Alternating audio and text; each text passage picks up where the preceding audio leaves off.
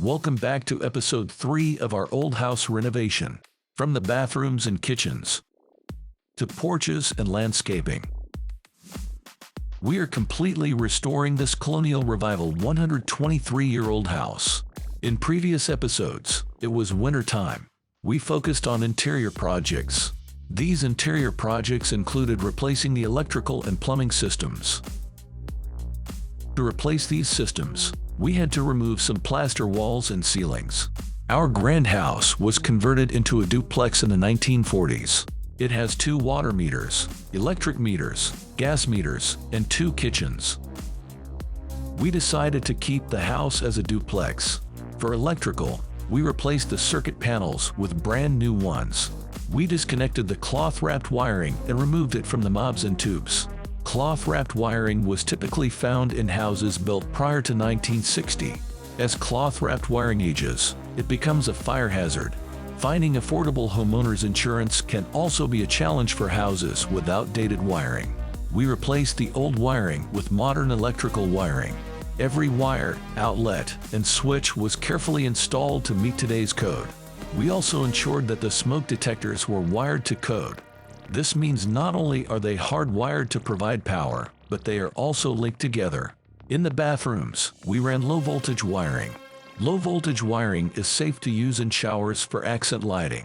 While we made good progress on the electrical wiring installation, we still have areas to be completed. In addition to the electrical system, the plumbing system is also getting a complete overhaul. The old steel and cast iron pipes have stood the test of time. However, with the walls and ceilings accessible, now is the time to replace the century-old pipes with modern plumbing. After removing the old cast iron plumbing stack, we installed a new PVC plumbing stack for each unit. A plumbing stack is a long vertical pipe. It extends from your roof to the sewer line, leaving the house. Wastewater from all the fixtures in your home runs into this stack and out of your house. In this project, we used PEX piping as an alternative to copper and galvanized piping. PEX piping is more affordable, easier to install, and flexible enough to bend around obstacles. At this time, we have all of the plumbing roughed in. This means the plumbing is run to the locations needed, with shut-off valves installed. Once we get to the finishing stages of the bathrooms and kitchens, we will install the plumbing fixtures. With the arrival of spring and summer came multiple storms with high winds. Throughout the neighborhood, damage from the storms was significant. We also extended our renovation work to the exterior. Our list of exterior projects includes replacing the porches, siding, parking area, and landscaping. This includes sidewalks, grading, and foundation work. While street parking is available, our duplex will need parking on the property. At one time, there was a garage located by the alleyway. All that remains is a cracked concrete pad and remnants of the limestone foundation. We started by removing the old concrete pad and limestone foundation. Once the concrete and limestone was removed, gravel was added as a foundation base. This deep base of gravel was packed and sloped in preparation of the blacktop. Over 1,000 square feet of blacktop was installed. This created a parking area large enough to accommodate 5 cars or an RV motorhome. Now that the parking lot has been completed, it's time to move on to the porches. Our old house has a front porch and a side porch. Both will be completely renovated. We started by removing the old and rotted porch floor and ceiling boards. We removed the rotted porch columns. We secured both roof overhangs with temporary 4x4 support beams.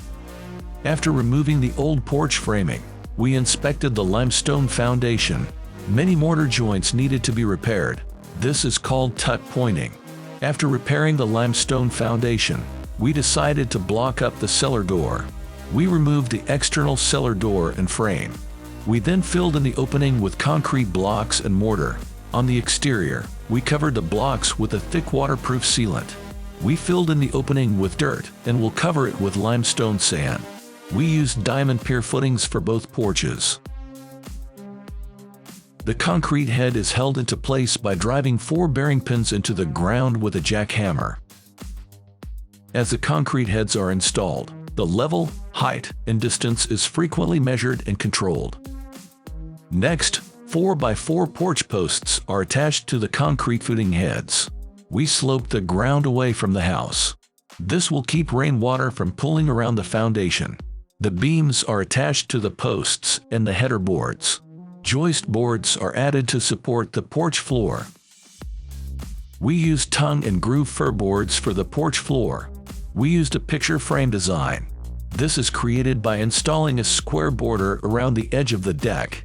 We then added the porch floorboards inside the picture frame. Not only did we use tongue and groove boards for the porch floor, we used them for the porch ceiling. We replaced the original porch columns, which were leaning and the column base had rotted. These were replaced with fiberglass columns and a new base for each. We replaced the damaged porch skirting with a similar design. Each skirt board was individually cut and placed. Finally, all the original wood porch railings between the columns were removed. They were replaced by a custom-made wrought iron porch railing. We also added handrails for the porch steps. We finished both porches. The result was amazing.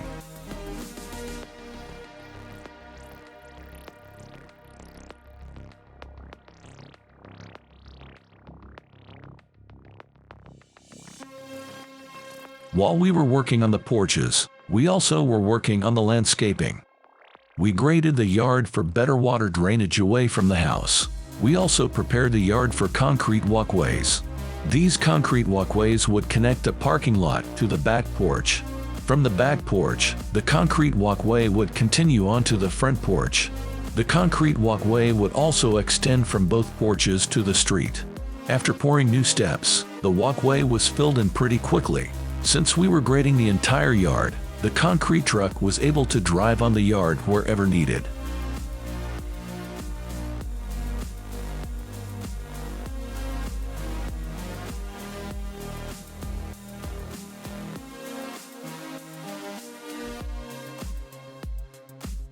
Thank you for joining us on our old house renovation project. Coming up on our next episode, we will be focusing on new windows and HVAC. We will also cover the renovation of the bathrooms and kitchens.